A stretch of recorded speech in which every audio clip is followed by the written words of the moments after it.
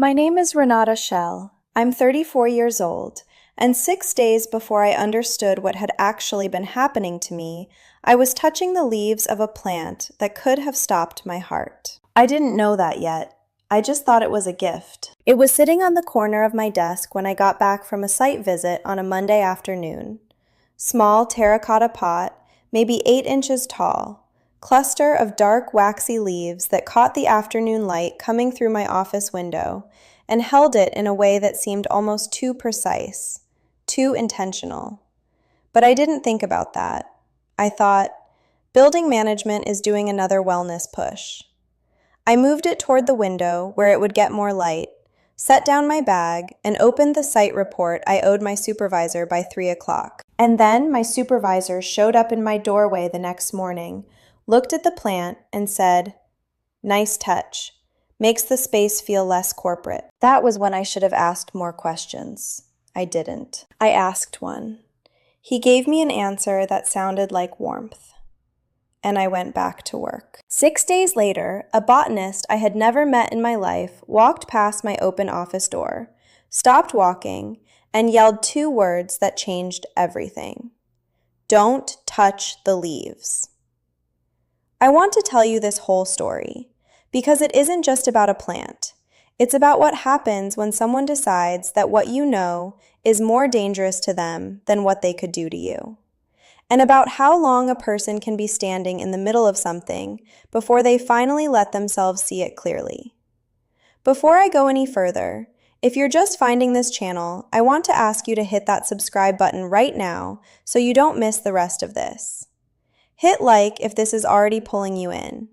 And if you've got someone in your life who has ever been underestimated at work, share this with them, because I think they'll need to hear where this goes. Drop a comment and tell me where you're watching from and what time it is there. I'm always genuinely curious about who's on the other end of this. Now let me take you back to the beginning. I grew up in Bozeman, Montana, in a house where love was communicated through competence. My father fixed things. My mother managed things. Neither of them was the kind of person who said, "I love you," on a random Tuesday. They showed up, they handled it, and they expected you to do the same. It wasn't a cold house. It was a practical one. And I became a practical person inside it. I have 2 younger brothers. Derek is in Portland now, does something with urban planning that he explains every time and I still don't fully understand. Marcus had a harder road. Some years in his mid-20s that I won't detail here, except to say that he came through them, and we are closer now because of it than we ever were before. Growing up, though, it was the 3 of us in a house where resources were limited and expectations were quietly, constantly high. Not high in a way that was ever stated directly, high in the way that the absence of praise communicates what the presence of it would have meant. I learned to be self-sufficient young.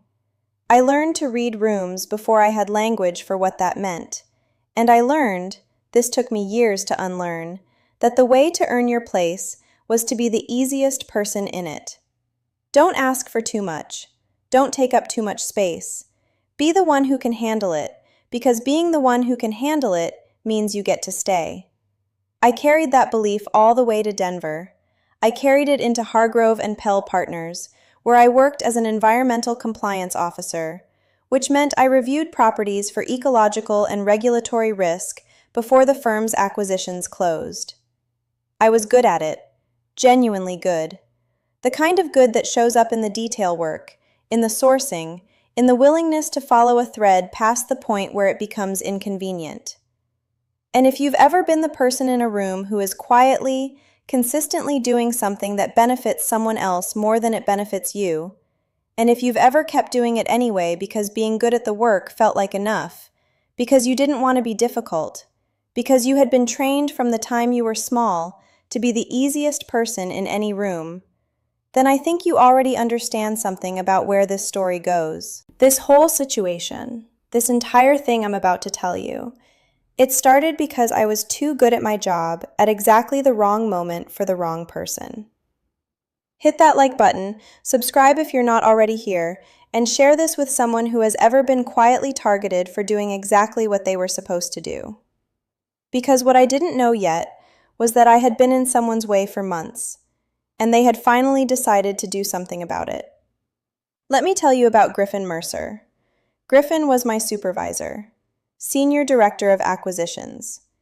He had been at the firm for longer than I had, which he communicated not through anything he said directly, but through the particular ease of a person who has decided that a room belongs to him. 6 feet tall, always in a charcoal suit, always with the jacket buttoned.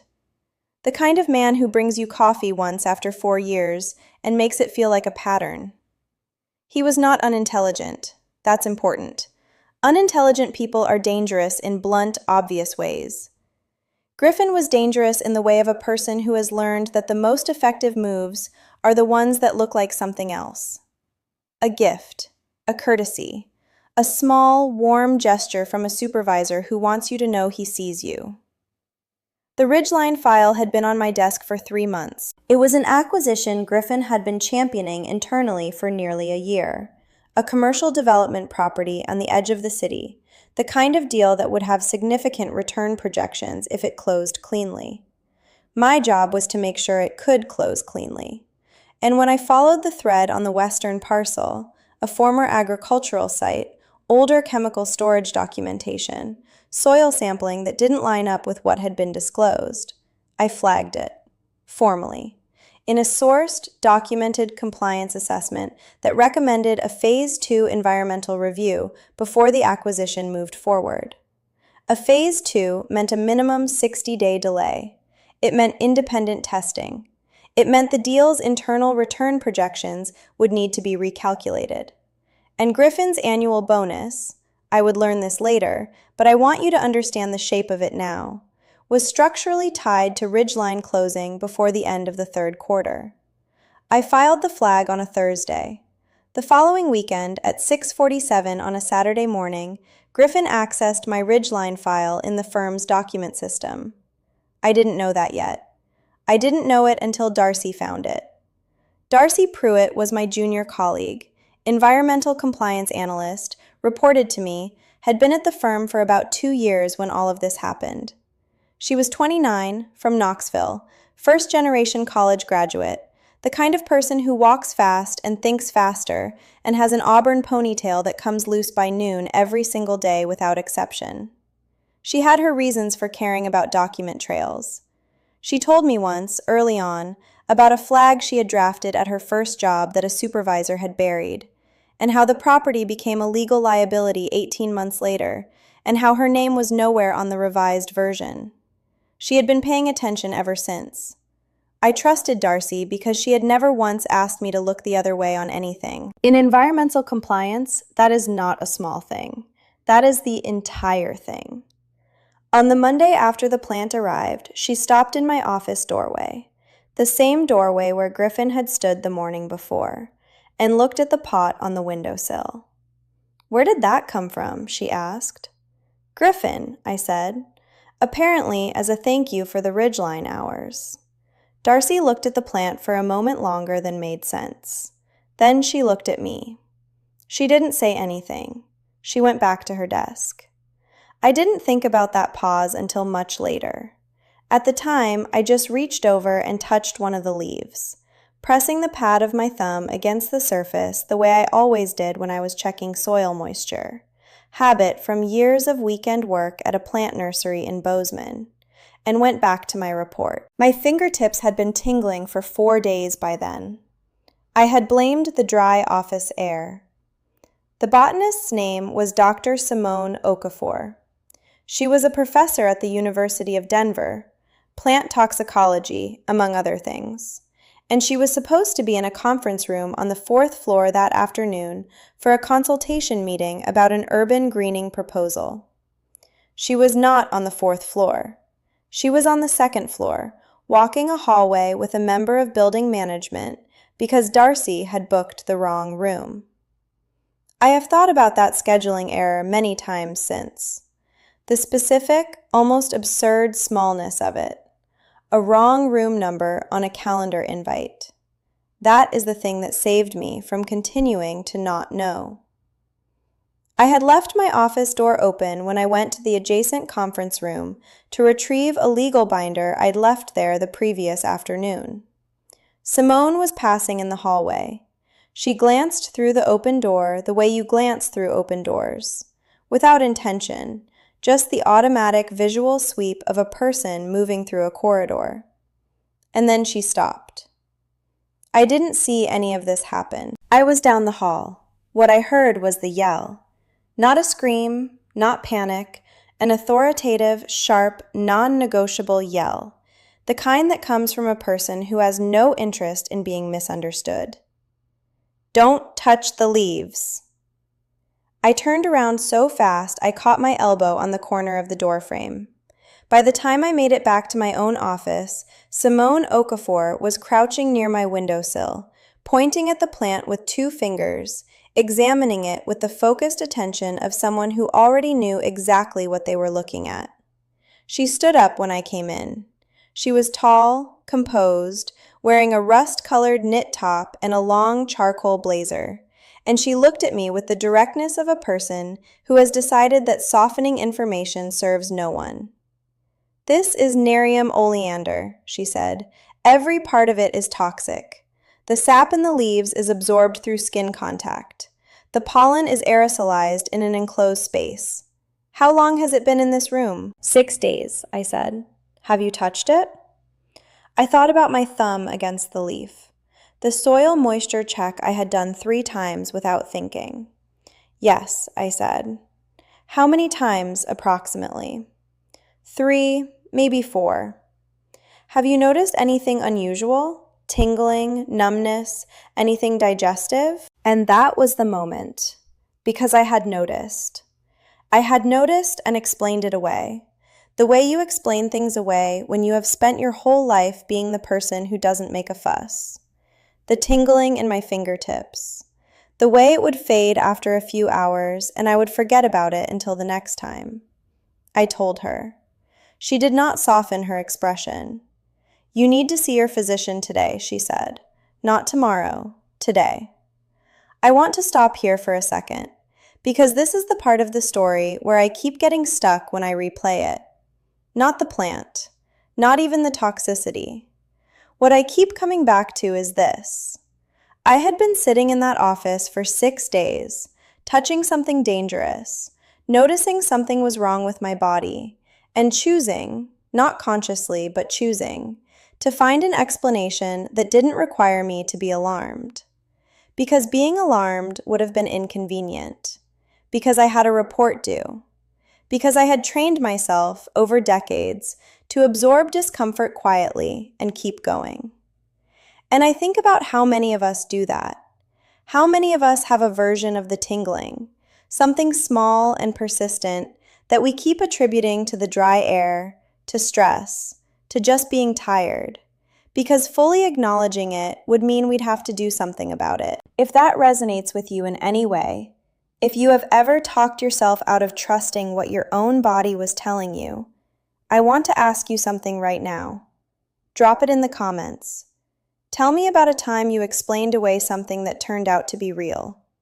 I read every single comment, and I genuinely want to know, because what I'm about to tell you next is about more than a plant, and I think the comments on this video are going to say something important about how many people have been in a version of this room. I called my doctor from the parking structure, got an appointment for 2 hours later, drove there with the windows down even though it was 51 degrees because I needed the air and the cold and something that wasn't the inside of that building. The doctor confirmed mild dermal absorption. The word mild did a lot of work in that sentence, and I let it. Nothing requiring emergency intervention. Nothing permanent. Wash thoroughly, cease exposure, monitor for cardiac symptoms over the next 48 hours. She said it matter-of-factly, the way doctors say things when the situation is serious but not catastrophic, and I sat on the paper-covered exam table and nodded and said thank you, and held it together until I got back to my car. Then I sat in the parking lot for 11 minutes. I didn't cry. I want to be clear about that. Not because crying would have been wrong, but because what I felt wasn't grief. It was something colder. It was the specific sensation of a suspicion you didn't know you had suddenly finding its shape.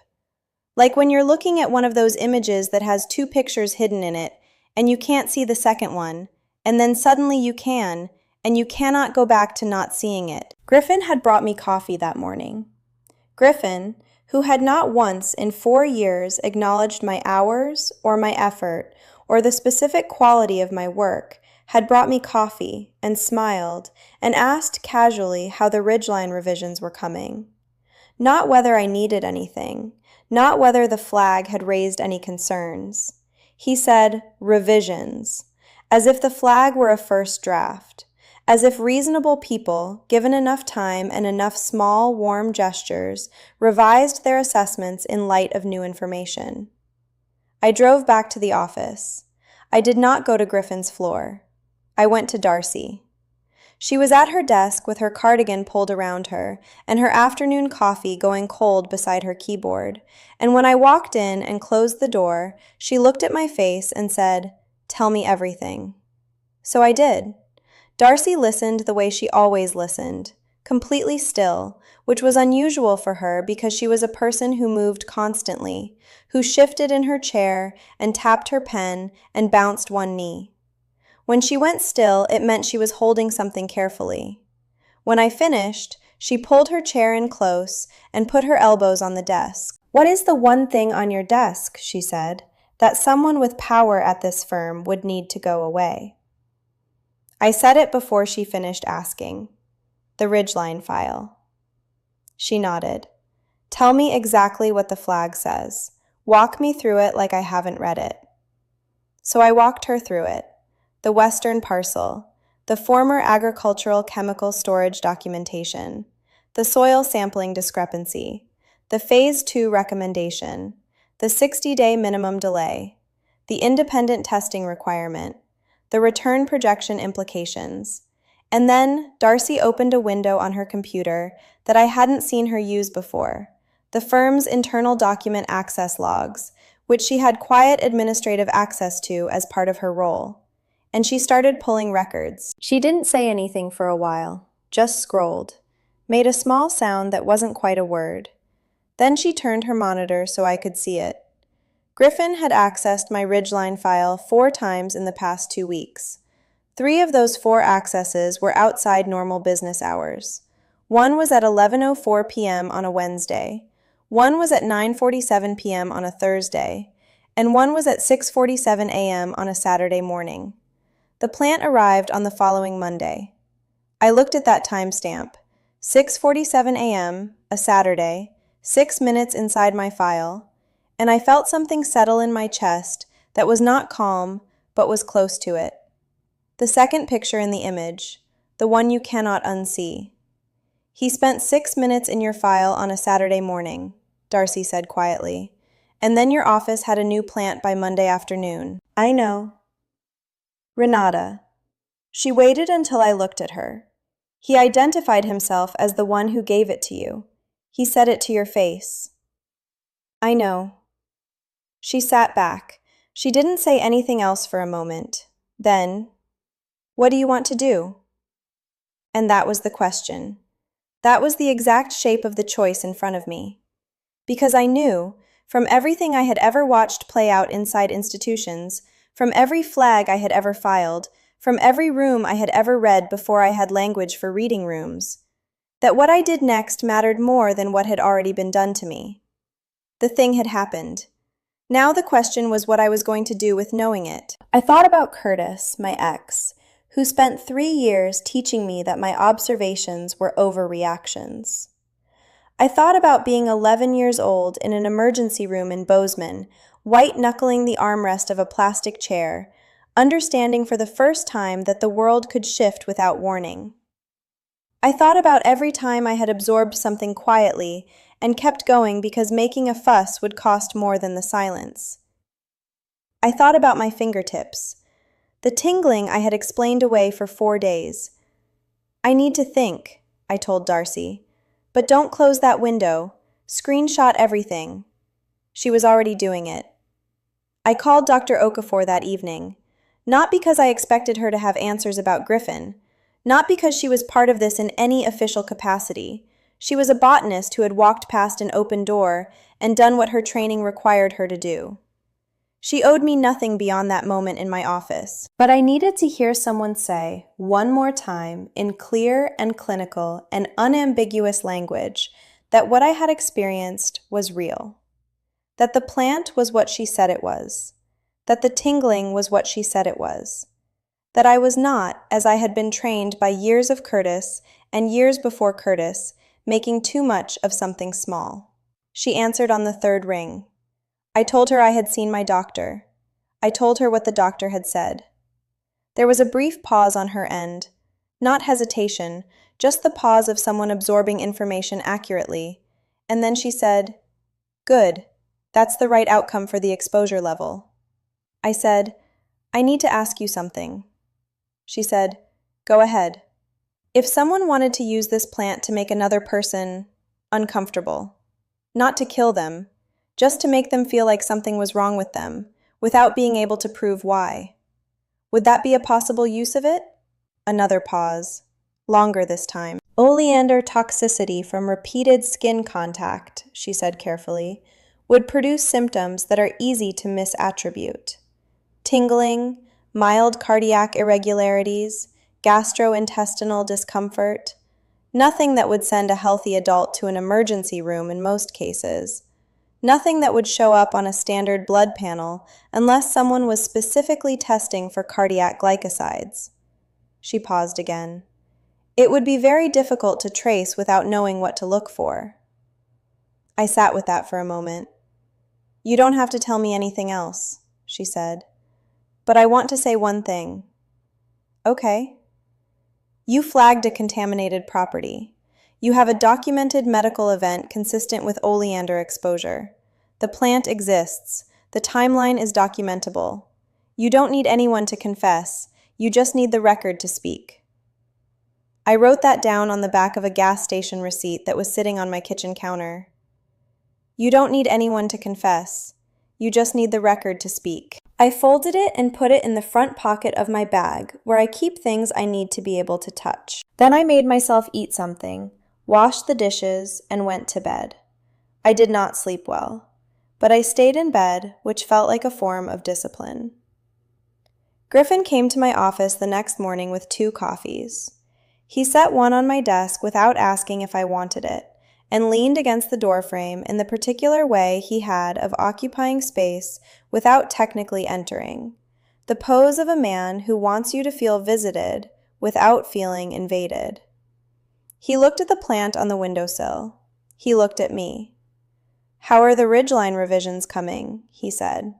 Same word, revisions.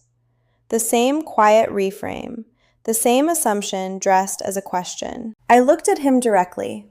I kept my voice completely level. I said, "I haven't made any revisions. The assessment stands." Something moved behind his eyes. Not anger. It was more contained than anger. More like the micro-recalibration of a person who had expected a door to open and found it locked. He smiled. He picked up his own coffee. He said, "Of course, just checking in," and left. He stayed 2 seconds longer than he needed to before he turned to go. I counted them. Those 2 seconds were the most honest thing he had communicated to me in 4 years. I waited 20 minutes. Then I went to the 4th floor. Patricia Elms was the firm's in-house legal counsel. She had an office at the end of the 4th floor corridor with a window that looked out over the parking structure and a desk that was always cleaner than any lawyer's desk had a right to be. She had a reputation in the firm for institutional neutrality, which in practice meant that she followed the document trail wherever it went, regardless of whose name was on it. Griffin had apparently never considered this a risk to him. I had. I brought 3 things. The physician visit documentation, with the confirmed toxin exposure and the treatment recommendations, printed and dated. The plant itself, still in its terracotta pot. Dr. Okafor had advised me to preserve it and not discard it under any circumstances. And a printed timeline that Darcy had helped me build the night before. The document access logs with dates and timestamps, the date the plant arrived, Griffin's verbal identification of himself as the sender, and the full Ridgeline compliance assessment with its complete sourcing. I sat across from Patricia and I laid the three things on her desk in that order. I did not accuse Griffin of attempting to harm me. I did not use the word intentional. I presented the sequence and I let the sequence be what it was. She read the timeline twice. She held the physician documentation for a long moment. She asked one clarifying question about the access log methodology, specifically whether the timestamps were server recorded or user recorded, and Darcy had anticipated this, so I had the answer. Server recorded, automatically generated, not editable by the accessing user. Patricia closed the folder. She looked at me for a moment in the way that people look at you when they are deciding how much to say. Then she said, "Don't revise the Ridgeline assessment. Don't speak to Griffin about any of this going forward. And don't remove the plant from its current location." She paused. "I'd like to hold on to these copies." "They're yours," I said. I stood up. She stood up. We shook hands across the desk with the specific formality of two people who both understood exactly what had just been set in motion. I walked back to the elevator. I pressed the button for the second floor. And standing there in the small, carpeted alcove outside Patricia's office, waiting for the doors to open, I felt, not relief, not yet. Something more like the moment after you've set something down that you've been carrying so long you forgot you were carrying it. The absence of weight is its own sensation. It doesn't feel good immediately. It just feels different. This is the moment, right here in that elevator alcove, that I keep coming back to when I think about this whole thing. Not the confrontation that came later, not the investigation, not even the conversation with Darcy in her office with the screenshot pulled up on her monitor. This quiet, carpeted, fluorescent-lit moment where I had done the one thing I had spent the last 2 days trying to decide whether to do. I had shown what I found to someone who was not him. If that hits you, if you understand what it costs to finally stop absorbing something quietly and put it on a desk in front of someone who can actually do something about it, hit that like button. Subscribe if you're not already here.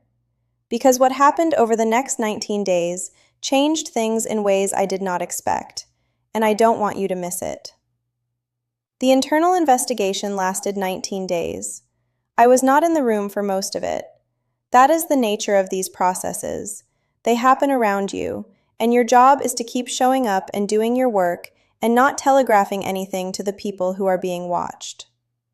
I went to my office every morning. I reviewed files.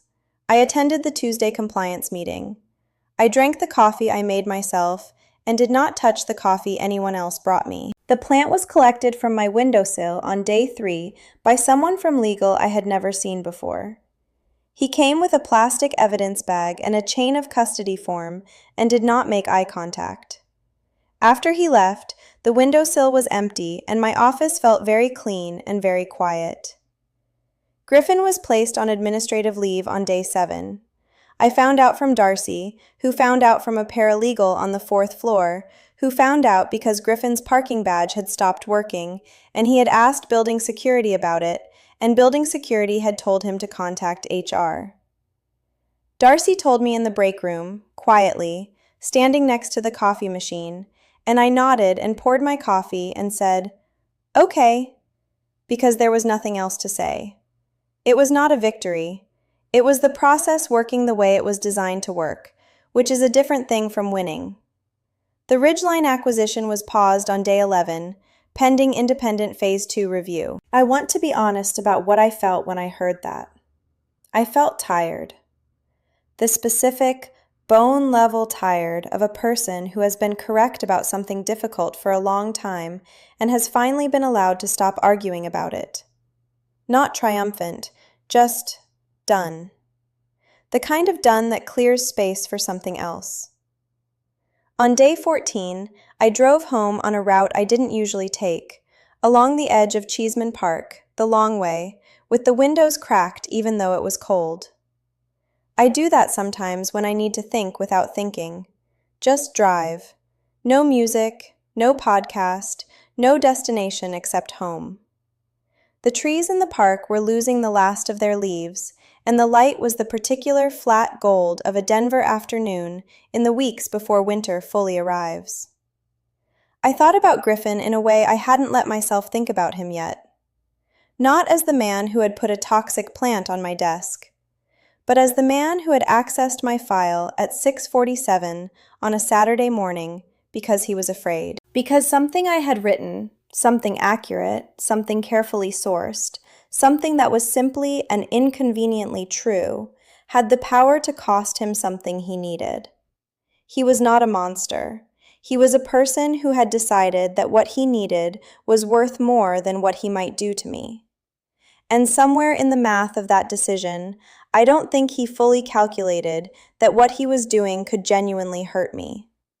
I think he told himself it was pressure, management of a complication, plausible deniability dressed up as a thank you gift.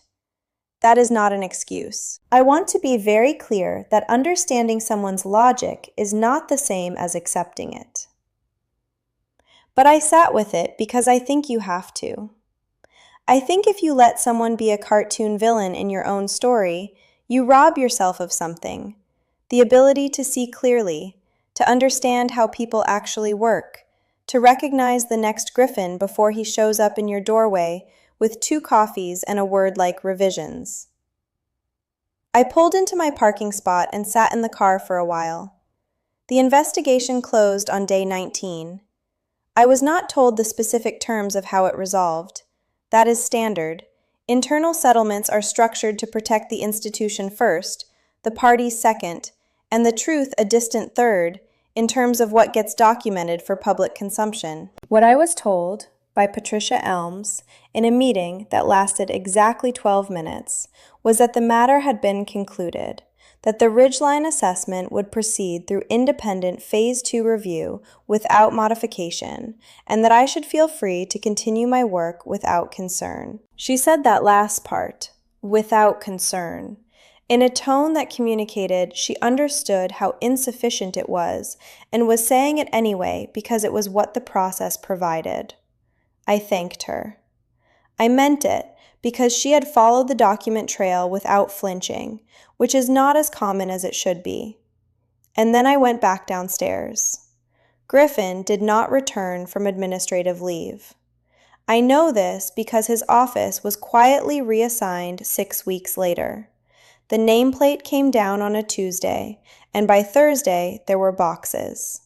Nobody made an announcement. In small professional ecosystems, the absence of an announcement is its own announcement. People noticed. People talked. And then people moved on. The way people move on inside institutions when the disruption has been managed and the surface has been smoothed, and everyone has collectively agreed to treat the smoothed surface as the floor. Darcy found out through the paralegal network, which is the most reliable information system in any firm, more accurate than any internal memo, that Griffin's departure had involved a negotiated exit and a non-disclosure component. She told me this on a Friday afternoon, standing in the doorway of my office the same way Griffin used to stand in it, except that Darcy always came fully inside. She leaned against the wall and said it plainly and watched my face. "How do you feel?" she asked. I thought about it genuinely before I answered, because she deserved a genuine answer. "Like I set something down," I said, "and now I'm figuring out what my hands are for." She nodded. She understood that. She went back to her desk.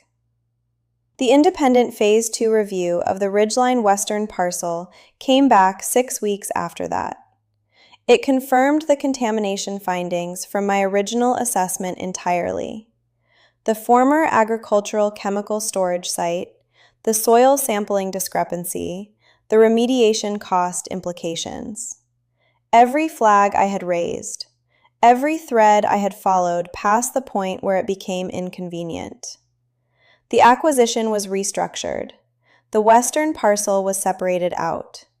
The deal, in the form Griffin had championed it, was dead. My compliance assessment was cited 4 times in the independent review's sourcing documentation. Darcy sent me a screenshot of the citations with no message attached, just the screenshot. I looked at it for a long time, sitting at my kitchen table on a Sunday morning, with my coffee going cold beside me. I called Marcus that afternoon, my brother, the one who had the hard years and came through them. We don't have a dramatic relationship. We text irregularly, we check in. We are 2 people who grew up in the same practical house and learned similar lessons about self-sufficiency and are now, slowly, learning different ones. He answered on the second ring, which meant he was home and not busy, which for Marcus meant it was a good week. I told him most of it. Not all of it. Some of it I was still processing. Some of it I didn't have language for yet. But I told him about the plant and the botanist and the document trail and the 12-minute meeting with Patricia and the 4 citations in a Phase 2 regulatory filing that most people would never read. He was quiet for a moment when I finished. Then he said, "You didn't revise the assessment." "No," I said, "even when you didn't know yet what the plant was, even when it was just pressure." "No." Another pause. "Good," he said. "Just that. Good." In the voice of someone who knows what it costs to hold something steady when everything around it is asking you to let it go. We talked for another 20 minutes about nothing in particular. His week, a restaurant he'd been to, a book I'd recommended months ago that he'd finally started. Normal things. I needed normal things. When we hung up, I sat at the kitchen table for a while longer, and outside my window, the November light was doing that thing it does in Denver in the late afternoon, going amber and long-shadowed across the rooftops. And I thought about the windowsill in my office, the empty, terracotta-colored rectangle where the plant had sat for 6 days. The way the afternoon light used to catch those dark, waxy leaves and hold it. I had touched those leaves without knowing. That is the thing I kept returning to, not with fear anymore, but with a kind of clear-eyed attention. I had been in contact with something harmful, and I had noticed something was wrong, and I had explained it away. And the only reason I had stopped explaining it away was because a stranger with no stakes and no reason to soften the information had walked through an open door and said what needed to be said. I thought about how many things in my life I had explained away. Not dramatically, just the daily, habitual, almost automatic process of absorbing something uncomfortable and reframing it as manageable and moving on. Curtis's dismissals. The missed promotion I processed quietly and professionally. The way I had trained myself to be the easiest person in any room because being easy meant being allowed to stay. I was done being easy. Not in a hard way, not in the way that closes doors and builds walls and turns every room into a negotiation, but in the way that a person is done who has finally located the specific place in themselves where the self-diminishment lives and has looked at it directly and said, "I see you, and I'm not doing that anymore." I bought myself a plant a few weeks later, a small, verified safe succulent from a nursery on Colfax Avenue. The woman at the counter knew her inventory, and I asked questions, and she answered them, and we had a brief, pleasant conversation about the particular satisfaction of plants that are difficult to kill. I put it on the same windowsill, same spot, same afternoon light. It felt important to put it there, not as a statement, just as a fact. The windowsill was mine. The light coming through that window was mine. I was going to put something living in it that I had chosen deliberately and that I knew exactly what it was. The tingling in my fingertips had been gone for weeks by then. I had almost stopped noticing its absence. Almost, because I think you carry the ghost of a sensation like that for a while, the way you carry the ghost of anything that taught you something important. Not as pain, just as information. A small, quiet reminder that you noticed, eventually, and that noticing mattered, and that the next time something doesn't feel right in your own body, in your own office, in your own life, you will not wait 6 days to say so. My name is Renata Schell. I'm 34 years old, and I know now, in a way I didn't know before any of this happened, that being the person who notices things is not a burden. It is not a flaw. It is not the anxiety of someone who can't let things go. It is the specific and valuable and hard-won ability to see what is actually there, and to trust that what you see is worth saying out loud, even when saying it out loud is inconvenient, even when the person it inconveniences has more power than you, even when the easiest thing in the world would be to revise your assessment and move on. I wrote that down eventually, not on a gas station receipt this time, in the actual notebook I keep on my desk at home, the one with the dark green cover that I've had since graduate school. I wrote it at the top of a clean page, and I left the rest of the page blank, because some things don't need anything added to them. Darcy read it over my shoulder once when she was at my apartment for dinner. She does that, reads things without asking, which should be annoying and somehow isn't.